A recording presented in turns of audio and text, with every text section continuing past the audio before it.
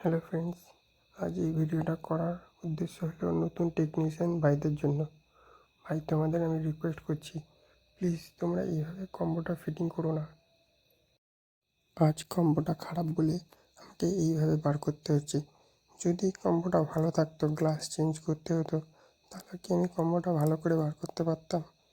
এই ফোনটা যদি তোমার কাছে যদি রিপেয়ারিং হতো, তাহলে কি তুমি কম্বোটা ভালো করে বার করতে পারতে?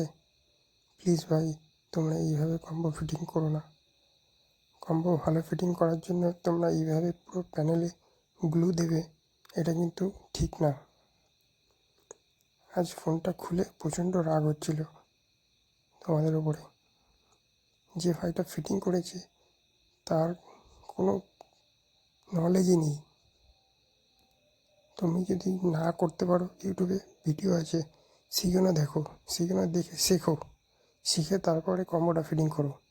এইভাবে কেউ ফিটিং করে? আজ তোমার জন্য আজকে আমাকে জরিমানা দিতে হতো যদি কম্বোটা ভালো থাকতো।